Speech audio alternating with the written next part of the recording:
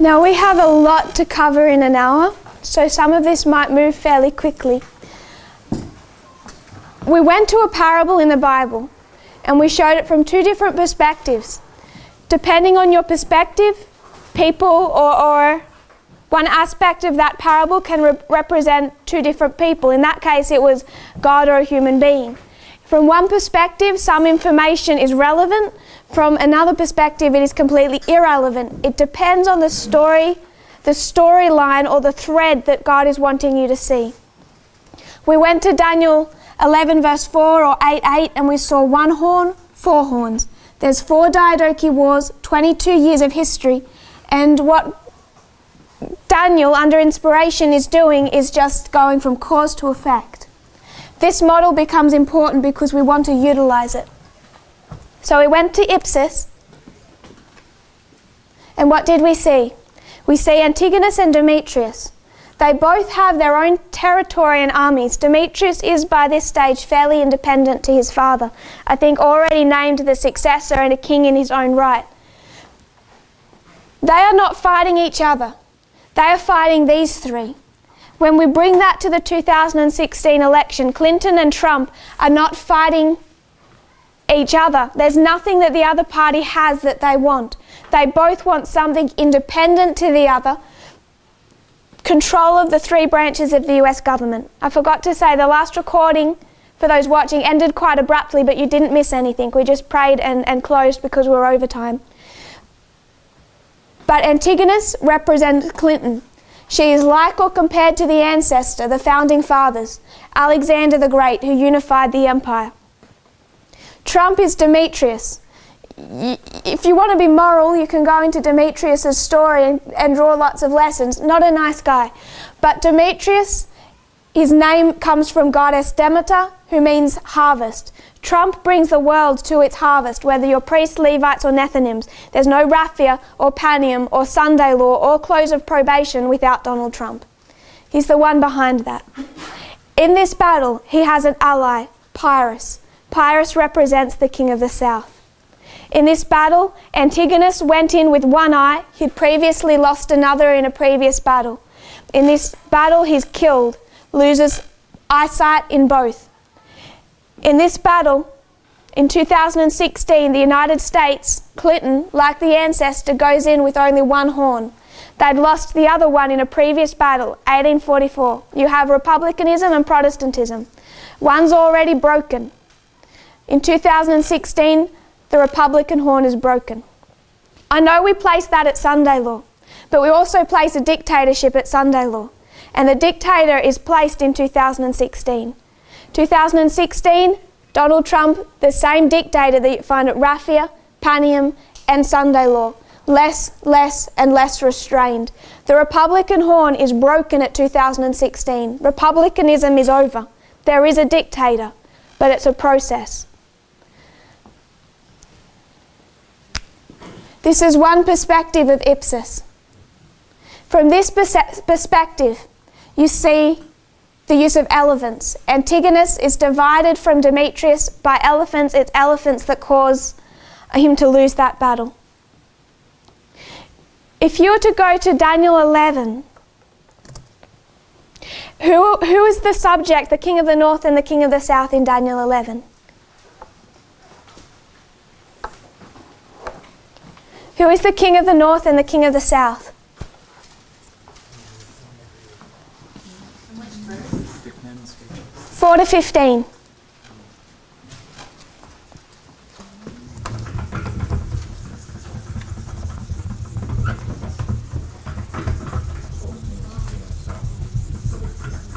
Ptolemy's the king of the south. I know there's different kings that come and there's different names, different generations. I just want to keep it simple and call them Seleucus and Ptolemy. So the king of the north is Seleucus and the king of the south is Ptolemy. From this perspective, who's the king of the north?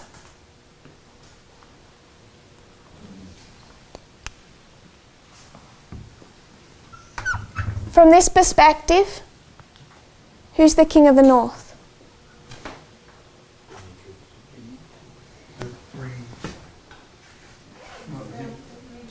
Demetrius. If you're not sure about that, you need to go back and watch the presentations where we lay out the whole histories. Demetrius is the king of the north. Who's the king of the south?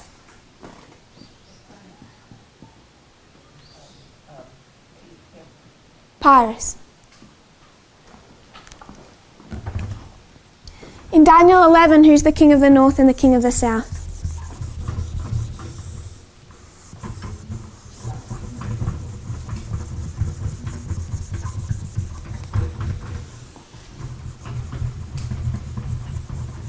Verse 5 to 15.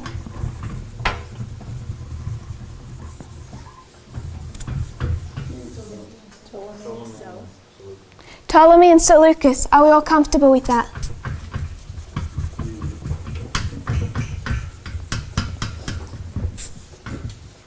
We don't have time to prove that point. This is one perspective. I want us to consider another.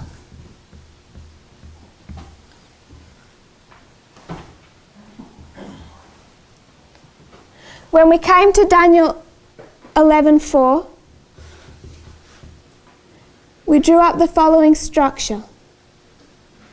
We went 323 BC and the death of Alexander. There's one horn broken. And then we saw 4 wars known as the Diadochi Wars. The 4th ends with the Battle of Ipsus in 301 BC. This was 22 years of history. And at the end of this history, you have how many horns? 4. So what Daniel has done is he's gone from cause to effect and said that all of this middle part is irrelevant. That's how he's constructed his parable. And we take application of this and we just go 1 to 4. Because when we're going to use his application, we can understand that all of this becomes noise, so we can make it noise. Do we understand that? So when we come to the story of Daniel 11, what history is verse 5 to 15? What's happening?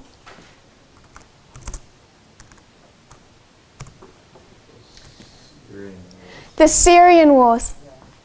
How many Syrian wars are there? There's 6 Syrian wars. I didn't bring my chart to see. Oh, yes.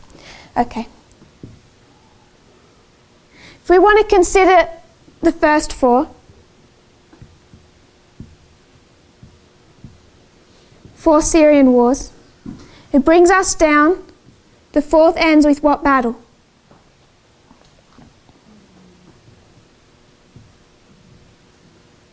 The Battle of Raffia.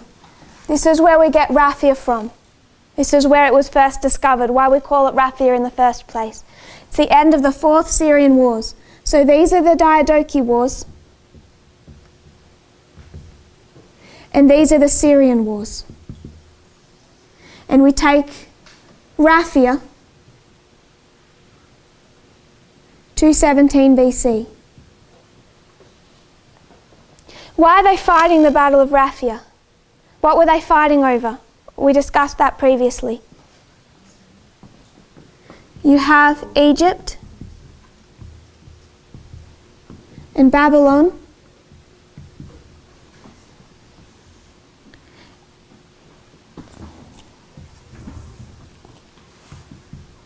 And they want this area of Coal Syria. This is what they're fighting over at the Battle of Raffia and Panium, and all through this history. So why are they fighting over the Battle of? Why are they fighting over Coal Syria? So back when you had the original Ptolemy and the original Seleucus, Coal Syria was part of Egypt's sphere of influence. It was something that Ptolemy had. Then you have them come into unity to fight Antigonus. They're all fighting Antigonus. Antigonus takes all of this area, and Antigonus has Coal Syria. You come to the Battle of Ipsus. Ptolemy is down here, and he's besieging what city? Sidon. Where did we learn about Sidon? Acts 27. And what does Sidon equal? The United States. All of a sudden Ptolemy becomes relevant to the history of the Battle of Ipsus. They come up here and 3 parties fight Ipsus. You have Lysimachus, Seleucus, and Cassander. They fight at the Battle of Ipsus, they defeat Antigonus, and then these 3 divide up all of Antigonus's territory between them. And who gets Coal Syria? Seleucus takes Coal Syria. So Ptolemy thought that he had a prior right to Coal Syria. And then because he doesn't turn up to the battle, Seleucus takes Coal Syria. How does Ptolemy feel about that? He doesn't like it, but they're allies. So he doesn't challenge him. But he dies, and this Seleucus dies, and how do their sons feel about it? Not very happy. And that leads to 6 Syrian wars. Where do the 6 Syrian wars come from? Where do they stem from? It all comes from the Battle of Ipsus. This is our second perspective. The Battle of Ipsus ends 4 Diadochi wars, but it also begins 4 Syrian wars. So if we're able to use the same methodology as Daniel, what can we do?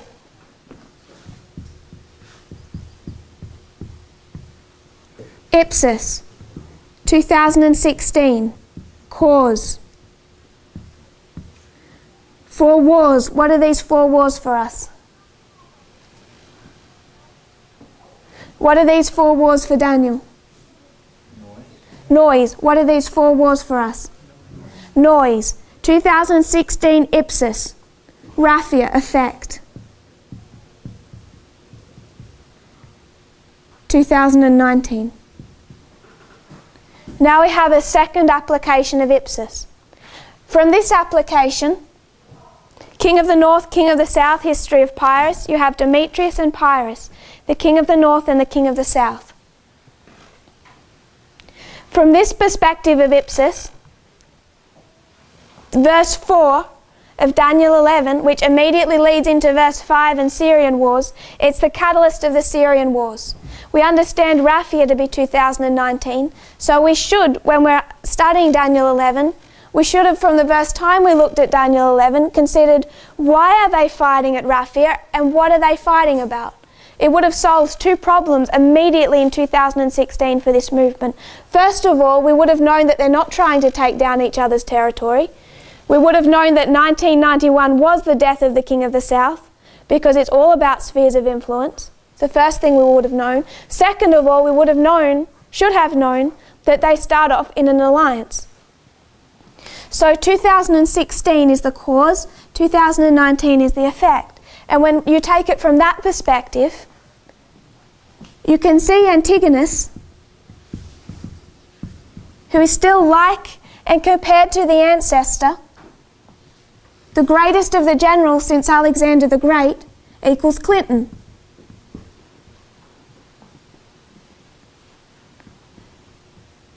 And who is Antigonus facing off against? Seleucus. Who is Seleucus? The King of the North. From this perspective, are Clinton and Trump fighting?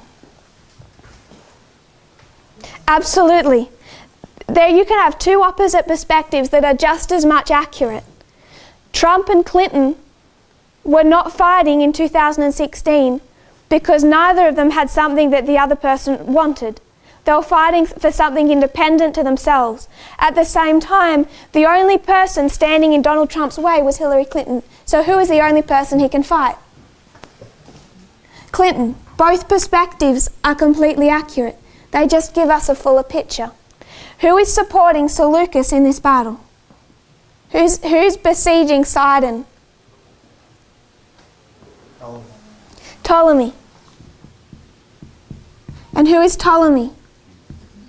The king of the south.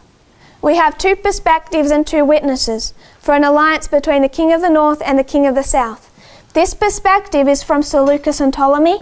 This perspective is from Demetrius and Pyrrhus. They both teach us something. From here we can see the three branches of the US government. We can see the meaning of Antigonus and Demetrius and Pyrrhus. We can learn about the two horns. From this perspective, we can see Seleucus and Ptolemy. We can see where Raffia and Panium come from. It fills out the story of Daniel 11. We can see that Seleucus is the king of the north, Ptolemy is the king of the south, and Ptolemy is besieging Sidon, the city that belongs to Antigonus. And Sidon represents the United States. We place that in Acts 27. So this gives us another perspective. Here they're not fighting, here they are fighting, and both are correct ways to view 2016. When you think of how an ancient battle is supposed to demonstrate a 2016 US election, it's something quite amazing. But to give it a rounded picture, you need more than one perspective. We could go to another perspective. What's our third? Poland. At the invasion of Poland, the king of the north and the king of the south are in an alliance. And who is the king of the north fighting? Not just Poland. He's facing three. Poland, France, and Britain. There's three of them. Who does he take quickly? Poland. That's the 2016 election. Donald Trump is facing three. Which one does he take quickly? The executive. You have the executive, the judicial, and the legislative branches. He takes the executive quickly. And then what does this lead to? A long drawn-out war on the Western Front for the legislative and the judicial branches of the US government. So you can take this perspective and you can see the three, the one that's taken quickly, the other two that lead to a long drawn-out war. All three perspectives give you a well-rounded picture of the 2016 election. And then when we come to this perspective, we have to bring in the elephants. Who has the elephants? How many? 400 to 500 war elephants. What decides the course of that battle? The elephants, the mode of warfare used. So we've taken the model of Daniel 11 verse 4. We've identified the noise. Used the same model and identified the noise. We're going from cause and effect like Daniel did. The death of Alexander, breaking of one horn, placing of four horns. The cause is the 2016 election. The effect is the Battle of Raffia. Three perspectives of the 2016 election. They seem conflicting, but all are accurate. Here they're not fighting. They're fighting for three branches of the US government. Here they are fighting because the only person stopping Trump is Hillary Clinton. The only person he can fight. You find the meaning of their names. Antigonus, like compared to the ancestors. Trump will bring the world to harvest, a never-ending harvest from 2019. Never ending until the second advent. So, is everyone okay with this, or does anyone have anything to discuss or question? Yes, brother. I was just looking at it, and so France and Britain equal the like Congress and the judiciary, right? So executive, yeah. So when Trump conquers on the Western Front, when he conquers the other two, then he's a complete dictator. We can follow everything that way. I think yes. He's trying to, all of his attacks, when he tries, first of all, to restructure something as loyal to you, you need to destroy it first. And to get away with destroying it, you need to convince the American people that you need to destroy it. So you need to convince them that the FBI is corrupt and a mess, the CIA is corrupt and a mess, that they're all just the swamp and the establishment, and it all needs draining, it all needs fixing, and how is he going to restructure it? Loyalist. He's following the steps of a dictatorship that you can see repeated in all other countries. Clinton, is she part of the establishment? How do we define the establishment? It's on the board. The ancestors. Is that good or bad? Good. It's good. I want us to consider for a moment our reform line. We come to 2016, and what is it for us? What's 2016? We have 2014, 2019, 2016, 2018. What is it for us? Concord. What is it for a Nethinim?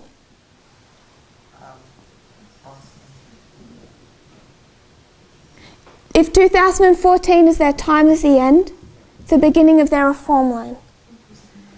Increase of knowledge. 2016 is their increase of knowledge. What did William Miller say in 1818? Within 25 years. Within 25 years. So to be a successful Nethinim, what do you know in 2016? Time. Time isn't part of their test. What do you know? That's all they have. To be a successful Nethinim, what do they know in 2016?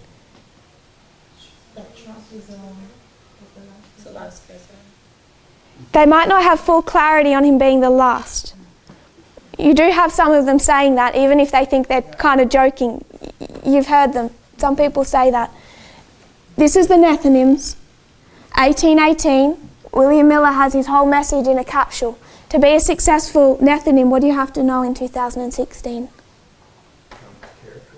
You have to understand this whole issue based purely on external events.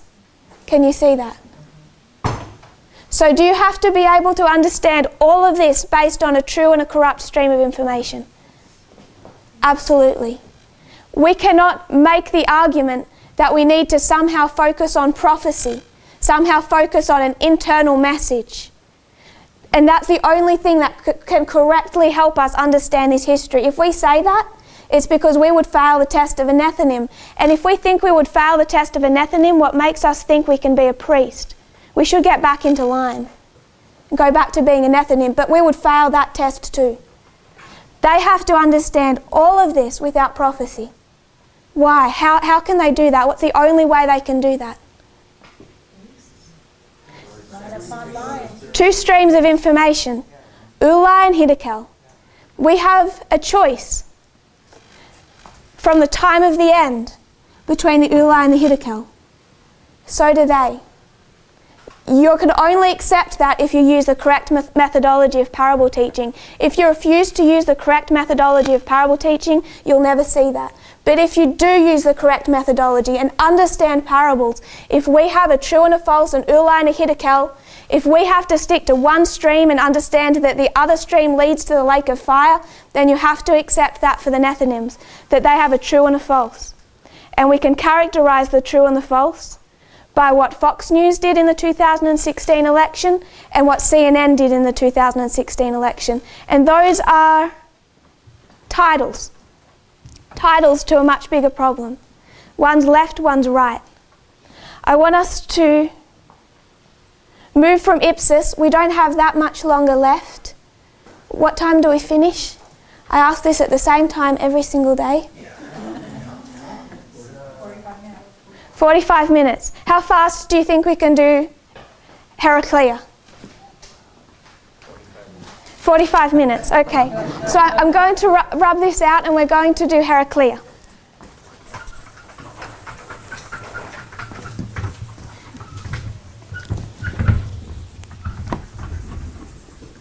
We've taken 3 different perspectives. They all show us the Battle of Ipsus.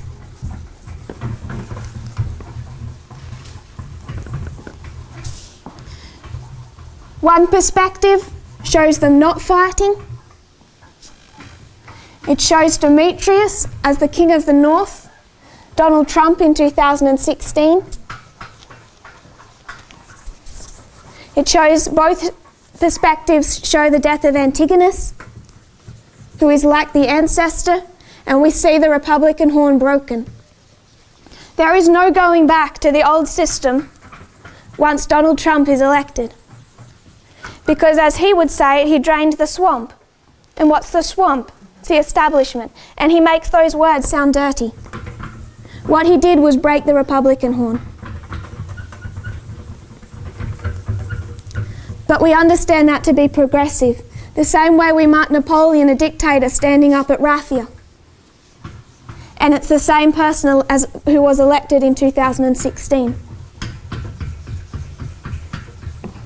It's just marking another part of the same dictator's life cycle. So I want to particularly look at Heraclea from the history of World War II.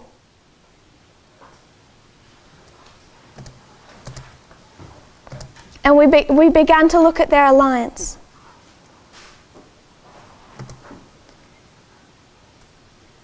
They have this pact. It's in 3 parts.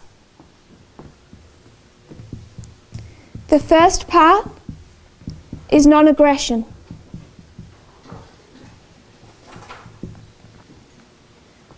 The second part is a division of spheres of influence.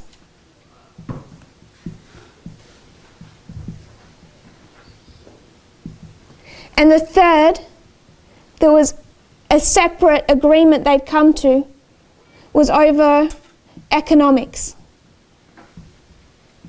How they'd support each other. What Germany was meant to pay for the Soviet Union's resources. So 2016, we laid out the 2016 election. 2018 is our waymark of the Midnight Cry. And I want to also note that when we combine those histories, it becomes the waymark of the Battle of Heraclea. So what I want us to trace is the relationship from 2016 between Donald Trump and Vladimir Putin. We understand in World War II, from the invasion of Poland to August of 1940, they're dividing the spheres of influence between themselves. That they're friends in the sense of this non-aggression. They're acting like friends and allies. They come into a period of time. It's a month. It's broken down, and they've got disagreements. This is August of 1940. The Soviet Union briefly suspended its deliveries after their relations were strained following disagreement over policy in the Balkans. The Soviet Union's war with Finland, from which Germany had imported 88.9 million Reichsmarks in goods in 1938, Germany falling behind in its deliveries of goods.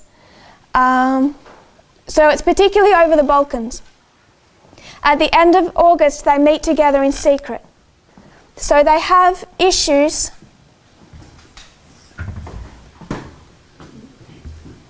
over part 2 and part 3.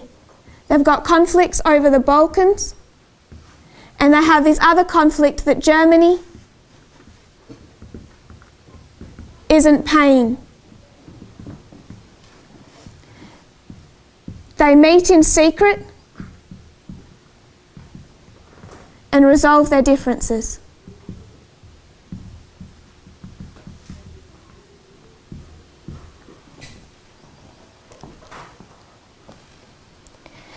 After the invasion of Poland, their relationship became increasingly strained until it just broke down over the month of August, and Stalin stopped allowing any more supplies to be transported into Germany. If we had have stepped through these studies with more time, we would have identified how did Putin interfere with the 2016 election. What do elephants represent?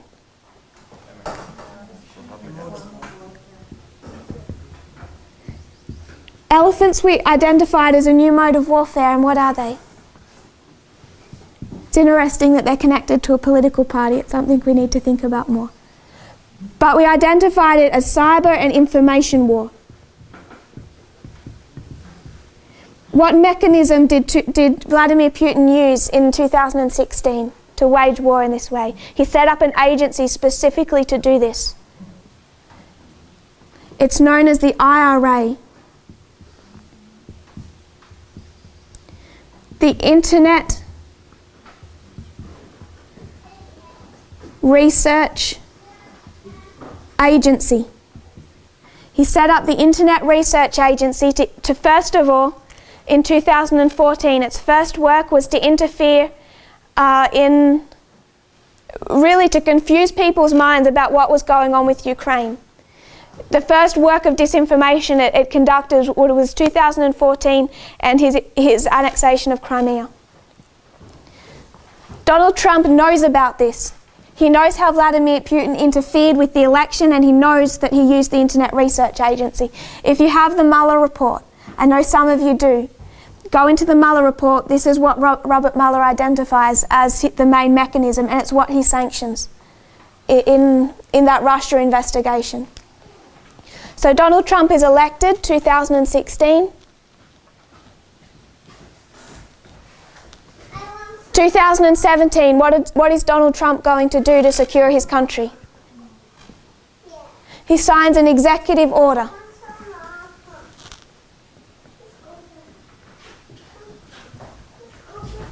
Executive Order 13800. It's titled, Strengthening the Cybersecurity of Federal Networks and Critical Infrastructure. Everything that happens after this stems from this executive order. It's the very beginning. He's starting a chain of events to establish a stronger cybersecurity within the United States to protect their networks. I want to skip down to July 2018.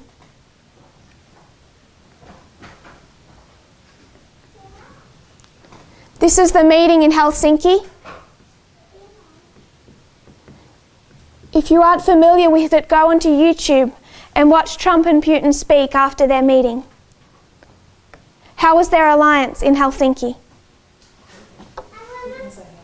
Sorry? Yes? Putin's more dominant? How is Trump with Putin? Cordial. That you can see the close relationship and the alliance between them. I want to quote John McCain. John McCain described Helsinki as a tragic mistake. He said, "No prior president has ever abased himself more abjectly before a tyrant." And that was many people's conclusion after seeing the results of Helsinki. They were close in July. So you can see it's already July of last year, and their alliance is strong. I want to skip down to September 21.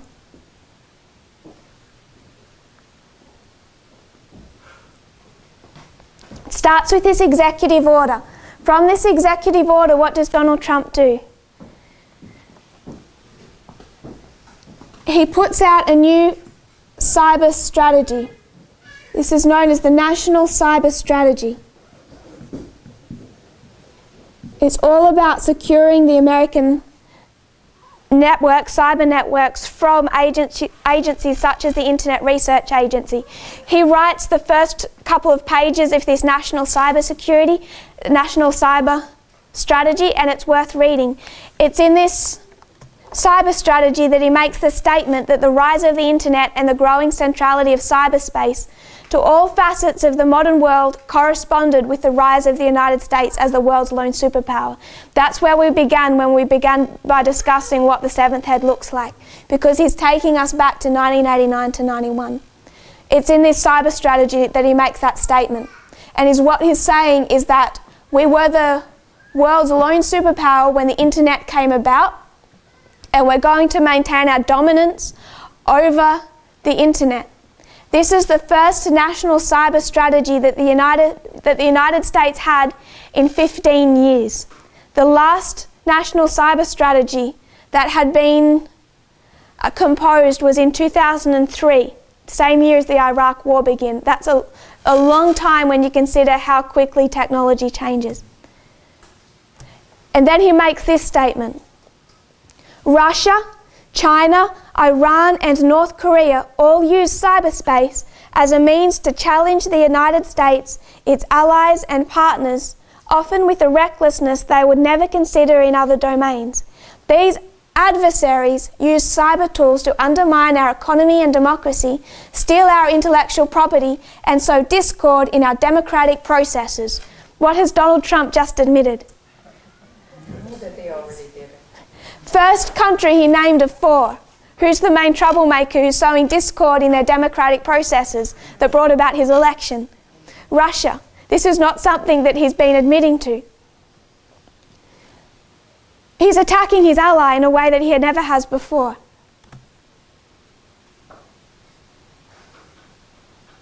From the official White House page, they describe it as the first fully articulated cyber strategy for the United States since 2003. And what they changed about the original cyber strategy really only allowed the United States to act defensively. What Donald Trump has done is create a new cyber strategy that enables them to act offensively.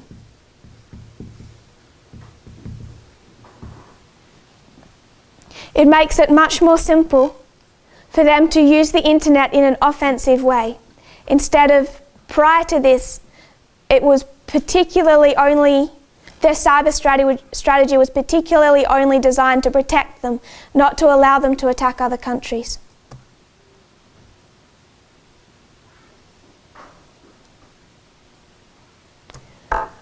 October 31. Okay, we'll go there in a minute. October 28.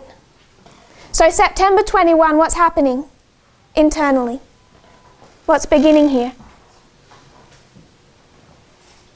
There's a school in Arkansas. What's beginning internally? The Midnight Cry message. So September 21, internally, things are starting to stir.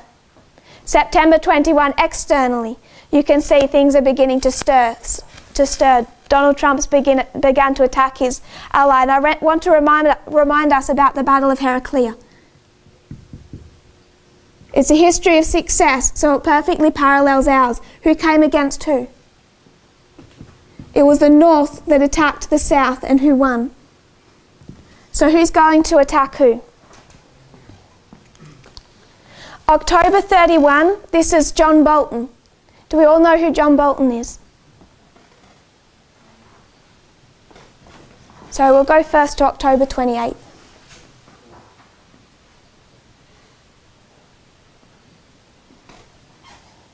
John Bolton, he really wants war with Iran right now. He wants it so bad. He met with Vladimir Putin in Moscow. So Putin and John Bolton met in Moscow, and Putin addressed Bolton in front of the media. You can go onto YouTube and watch all of this. It's all videoed. I've just copied this straight from watching it on YouTube.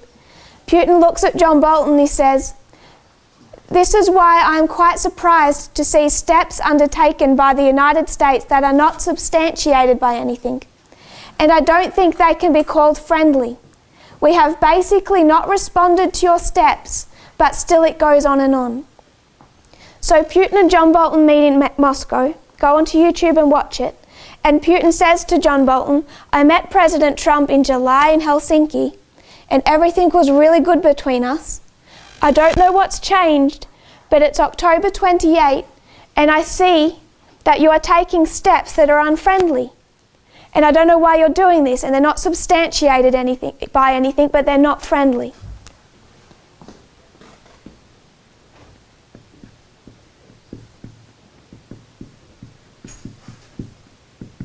So what's beginning to happen to their alliance? October 31, John Bolton makes a claim. He says that the United States, using this national cyber strategy that allows them to engage offensively, is right then in October 31 undertaking offensive cyber operations to safeguard the midterm elections. So John Bolton says on October 31 that they are right now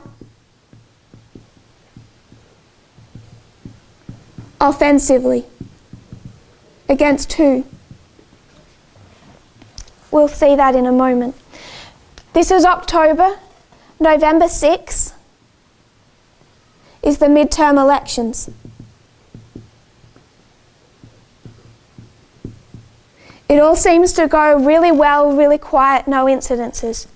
In November 16, Donald Trump, from this executive order and from this national cyber strategy, creates a new department within the department, creates a new agency within the Department of Homeland Security. It's the Cybersecurity and Infrastructure Security Agency, the CISA. So he's taken the executive order and the national cyber strategy and he's created a new agency particularly related to this subject. That's November 16.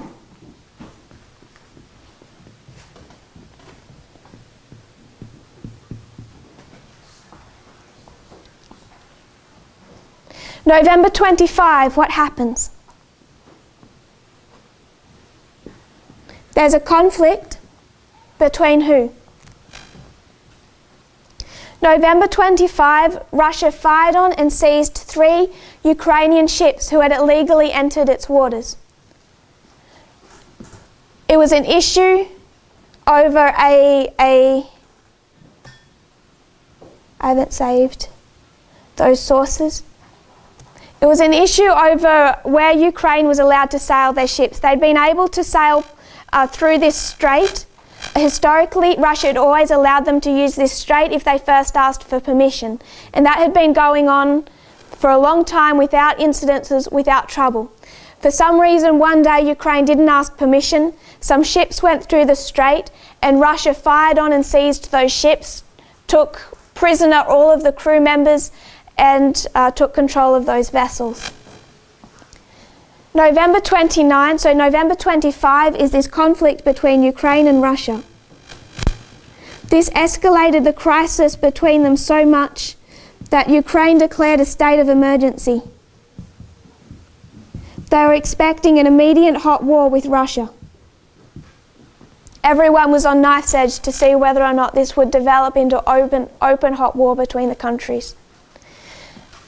November 29, okay, we've skipped a date. November 9 to 11 was the 100-year anniversary of the end of World War I, of the ceasefire. A lot of the world leaders met in France. Trump and Putin were meant to meet and Trump cancelled that meeting. He cancels a meeting with Putin. November 29, Donald Trump is preparing to go to the G20 summit in Buenos Aires. What does Donald Trump do on the way to that summit? He's meant to meet with Vladimir Putin. What does he do? He cancels the meeting, how? Via Twitter.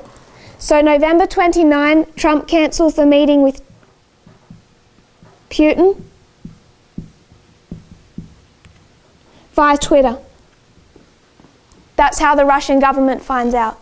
And he says, based on the fact that the ships and sailors have not been returned to Ukraine over this issue, I have decided it would be best for all parties concerned to cancel my previous scheduled meeting in Argentina with President Vladimir Putin.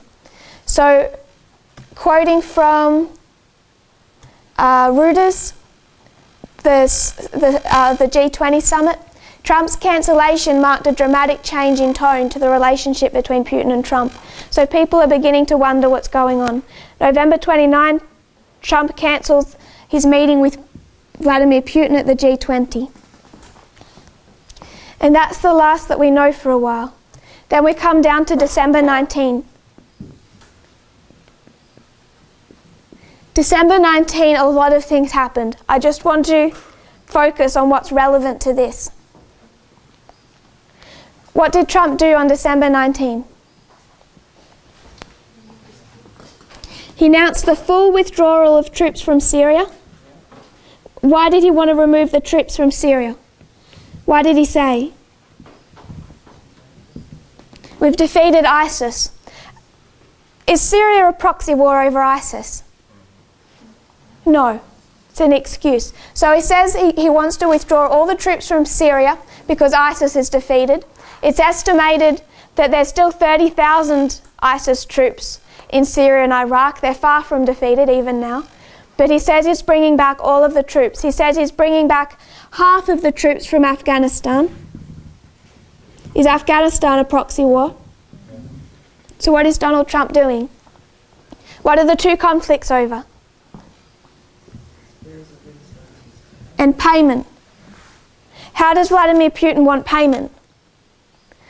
Go back to the Trump Tower meeting or their meeting in Helsinki. What was the one thing they spoke about in Helsinki that we know about? Bill Browder and sanctions. What does Vladimir Putin want? Sanctions removed. How the US applies its sanctions is it's hard to pin them on Putin, they pin them on his oligarchs. And one of his closest, if not his closest oligarch is Oleg Deripaska. And it's Oleg Deripaska who was sanctioned for interfering in the US election. Because it was through Oleg Deripaska that Putin had orchestrated much of that interference. December 19, it's also announced that Trump is removing sanctions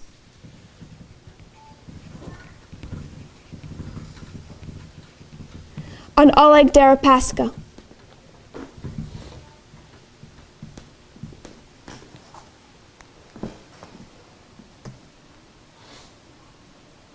What time do we finish again? 12:45. Okay. So our two issues, payment and spheres of influence, are all solved on December 19. Trump says he's giving up Syria, he's giving up Afghanistan, and he's removing sanctions on one of the closest oligarchs to Vladimir Putin. So what happened in this history that changed? You have their relationship, it's really good in July. September, it starts to go bad. That's why by the 1 month later, Vladimir Putin is saying, what's happened to our relationship? It was good, and now you are taking, the North is taking steps that are not friendly. John Bolton doesn't hide it. A couple of days later he says, right now we are on the offensive and we're protecting the midterm elections. Protecting the midterm elections from who? Donald Trump says in the national cybersecurity, he names 4 countries. And it's Russia that was interfering with their, quote, democratic processes using the Internet Research Agency. We now know that around the time of the midterm elections, shortly before, using this national cyber strategy, there was a cyber attack. The USA launched a cyber attack against the Internet Research Agency, and they shut down the whole agency for the period of the midterm elections. When was that? Shortly before the midterm elections. If John Bolton says it's right now in October 31, I would say that they were preparing for that for a period of time. Certainly before any of the votes can start coming in, they've shut down the IRA. And the IRA begins operating again shortly afterwards. So they've identified what interfered in the 2016 election. Donald Trump has set up everything in place to make sure that that can't then be used against him. He's prepared the cyber strategy, everything is in place before the midterm elections. A cyber attack is launched and he shuts it down. No wonder a few days later he doesn't exactly want to meet with Vladimir Putin in France. So he cancels that meeting. He forms it into a new agency. Then you have November 25, it goes from bad to worse with the issue in Ukraine. Then a few days later, they were meant to meet in at the G20. Trump cancels that meeting with Vladimir Putin. So what happens between November 9 and December 19? We now know that they did meet, but it was kept secret, meaning there was no translators there, no American translators allowed, no records kept, no witnesses. So there was a meeting between Donald Trump and Vladimir Putin. We don't know what was said. How This is Argentina. The G20 was held in Buenos Aires. So we don't know what was said. But if we take the history of World War II and we see the difference, how this relationship has progressed between November 29 and December 19, and then what does Vladimir Putin do December 20? He holds his once-a-year conference where all the media gets to ask him questions, and they're all really nice questions because he really controls the whole show. And it's a 4-hour show of Vladimir Putin selling his world perspective particularly to the Russian people. And how is Vladimir Putin speaking about Donald Trump on December 20? He's lavishing praise. He's attacking the Democrats, he's attacking the FBI, saying, why aren't they all supporting their president? They claim that they believe in democracy. Donald Trump is such a great president. He's done all the right things, withdrawing troops from Syria. They really shouldn't have been there in the first place. He's doing all the right things with Afghanistan. He just lavishes praise on Donald Trump. How's their relationship? It's good again, December 20. Why? Because he got what he wanted. Whatever came out of that meeting, I don't really think we even need to know. It fits the pattern. If we were to go to 2016, when did Donald Trump win the presidency? Is that certain, November 9? No, it was based on how we mark time. November 9, in the early hours of the morning, it is declared the winner, and Clinton steps down, she concedes. But is it certain November 9? Can Clinton still be president? No. She can. How many elections does he need to win to become president? The first one is the vote of November 9, the people's vote. What's the second? The Electoral College. What date is the Electoral College vote? Take a guess. December 19th. 1 election, 2 elections. Heraclea, Raffia. We find them both in 2016. First the people, then the Electoral College. Can we see that? If November 9, which is a significant event, it's the Battle of Raffia, we can place it at the increase of knowledge, then we can place the other battle too. December 19, the Electoral College. If Clinton won the Electoral College, this one becomes pointless, insignificant. He has to win 2 elections to take the presidency.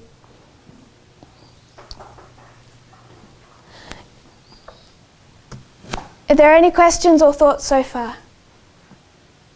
What would have happened if he didn't win the second one? Clinton's president. If she wins the Electoral College, she becomes president. You can send all your questions about the electoral process across to Tyler. It's an interesting system, but it apparently works. So, can you see how we can mark progression? Can you see how important it is to follow the external events? Some of us, more than one, saw December 19 and said, this is Heraclea. It fit everything, partly because of knowing World War II and what we were looking for, but also because from September 21, from this point here, we knew it was building. The same thing is going to happen with Raffia. This becomes much less significant if we don't follow the train of external events. This is why we should look at the model of World War II and see an invasion, that it's this process of time. Whatever builds towards Raffia, we're going to start seeing soon. It's not a coincidence that July 28, Helsinki, their next meeting was yesterday or the day before, in the last couple of days. We're starting to repeat that history.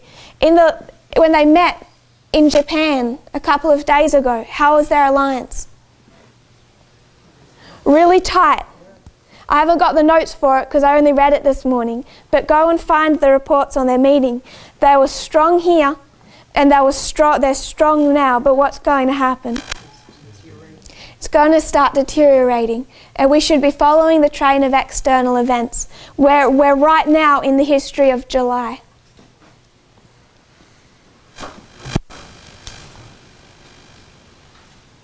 I want to go back to the reform line of the Nethinims.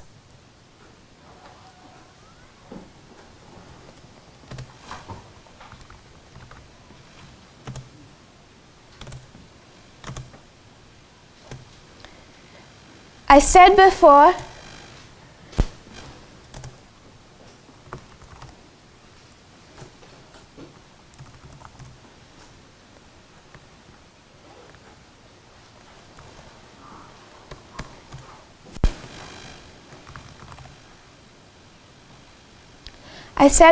that we would talk briefly about the reform line of the Nethinims in that 10-year period.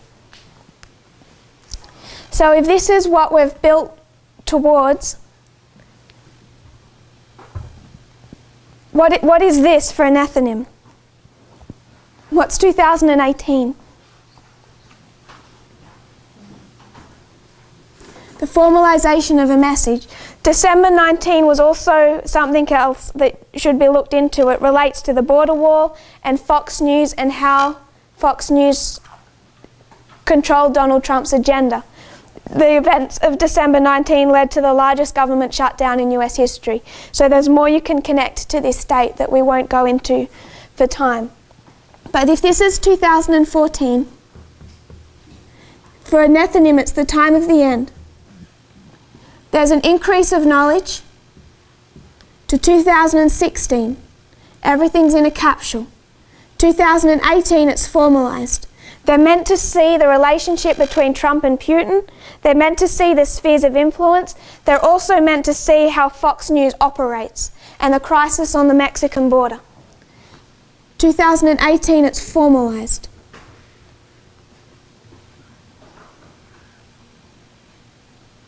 (2019). What I might do is make that bigger,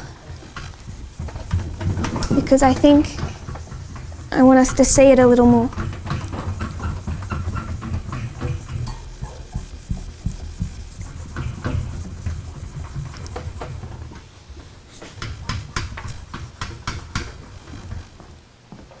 So for the world, we would mark 2004 when they're meant to wake up. 10 years before their time of the end. 2014.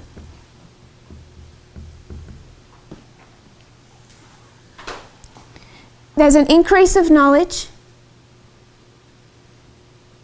2016. Formalization 2018. Internally. What's the waymark or the date for 2018?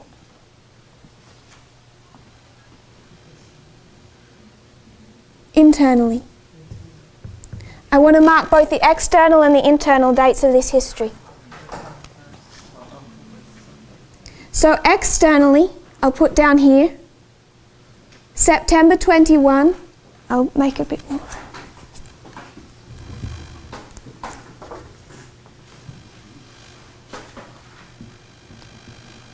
September 21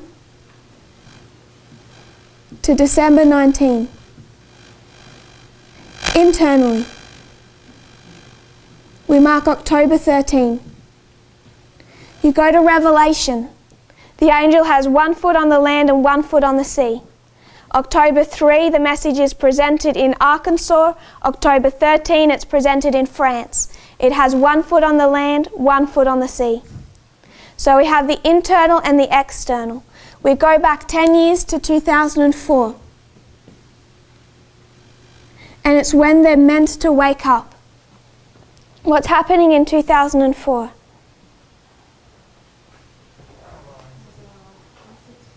They're meant to wake up. What are they meant to see? 2004, they can see Russia. It's the Beslan school siege. That's when Vladimir Putin takes over the Russian government. What else in 2004? You have the Iraq War. You have the history of 9/11. All of that's happening, but it's encapsulated in one message. And what is that one message? That's 2003. I'm saying it's all encapsulated right here, neatly in one package for them. And this is where some of us who aren't perhaps progressing with the logic that Brother Tyler and myself and others are trying to present might find this a little disturbing. I'm saying it's encapsulated in a message for the Nethinims. It's Michael Moore. It's Fahrenheit 9/11. He encapsulates all of that history. He says that George Bush should not legally be the President of the United States. They need to understand that without any internal prophecy, just based on the source. Do we know that? Do we know that prophetically as a fact that George Bush shouldn't have been the President? How do we know that? False Smerdis. We line up the kings, he's false Smerdis. False Smerdis was an imposter. He was never meant to be king. All of that's encapsulated here. He's covering the Iraq War, Saudi Arabia, those connections in Fahrenheit 9/11. 2014, you have a whole movement begin we haven't had time to talk about. We might do that tomorrow. 2016, you have the election. What do you have formalize their message in this history?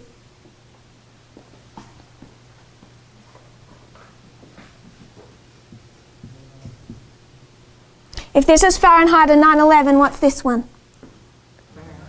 Fahrenheit 11/9, when's that released? September 21. When does it run to?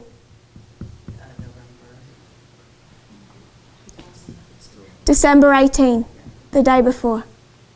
Runs from September 21 to December 18. Their message here is encapsulated in Fahrenheit 9/11. The formalization is encapsulated in Fahrenheit 11/9. And what does Michael Moore say in Fahrenheit 11/9? He shouldn't have been the president. You have a president here who's president illegally. You have a president here who's president illegally. And what does Michael Moore say? Watch the trailer. He's the last president. Donald Trump, the last president of the United States. And then what does he do? Takes 9/11, flips it, and shows it's 11/9. They have the prophetic message encapsulated. What else? Who else is he talking about in this history? There's a young woman that he's speaking about who he says is part of the opposition, part of the restraint on Donald Trump.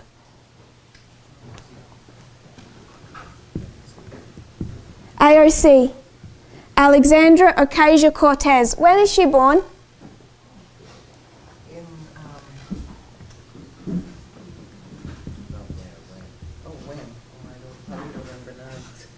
Alexandra Ocasio-Cortez. She becomes part of that government November 6 in this history. One of the largest upsets of a midterm election ever held. When is she born? 1989, what day? No, October 13. Because this is about October 13, not November 9. She comes back into history. We can identify a true stream of information. There's a photo that's going around, that's gone around on chat groups that I want to challenge. The photo says the following. It divides streams of information into 3 groups.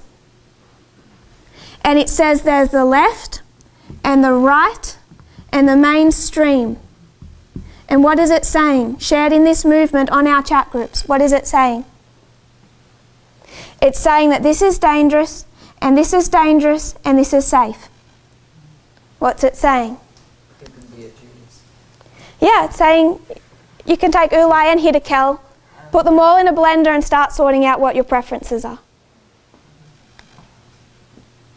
Problem is, if we follow the prophetic message, then they're prophets over here. Because I find him a little wacky too. But he's prophetically accurate. He's prophetically exactly on point from 2004 forward. So is Alexandra Ocasio-Cortez. Exactly prophetically on point. Born October 13, 1989.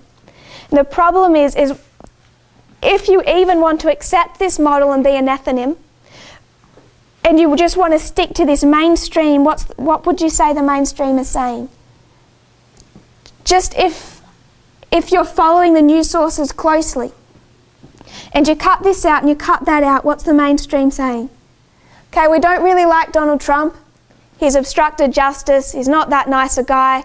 It's okay, we're going to vote him out in 2020.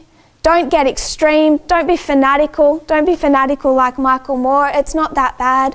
What do we call that?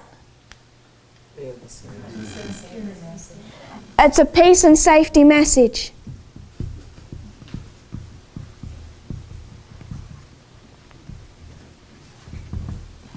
We cannot afford, if a Nethinim can't afford to do this, we need to stop making excuses to not like the external Ulai and Hiddekel. This that's been shared on our chat groups is dangerous. Not only is it in open disagreement to the Midnight Cry message, it's also in open disagreement to prophecy. People have to realise what they're doing. Michael Moore, the person they should be listening to if they want to understand the fact that Donald Trump is the last president of the United States, is over on this side of the issue. And that they need to take these three and divide them into two and understand this side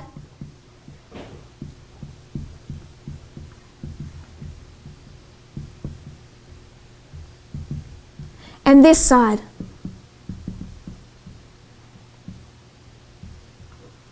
And realign our worldviews accordingly. If you kneel with me, we'll close in prayer.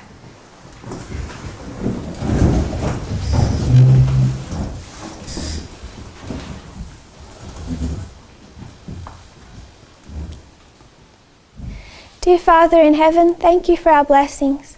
Thank you that you do not leave us in doubt of where we are in Earth's history.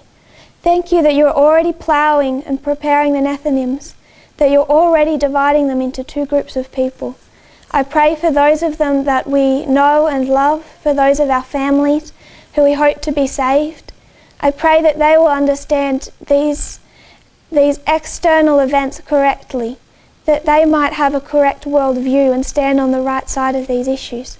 May we have wisdom and know the right ways that we can help you in your work. At the very least, Lord, that we do not hinder it with our baggage. I pray that you will prepare us and train us that we're fit for purpose. And I pray all this in Jesus' name. Amen.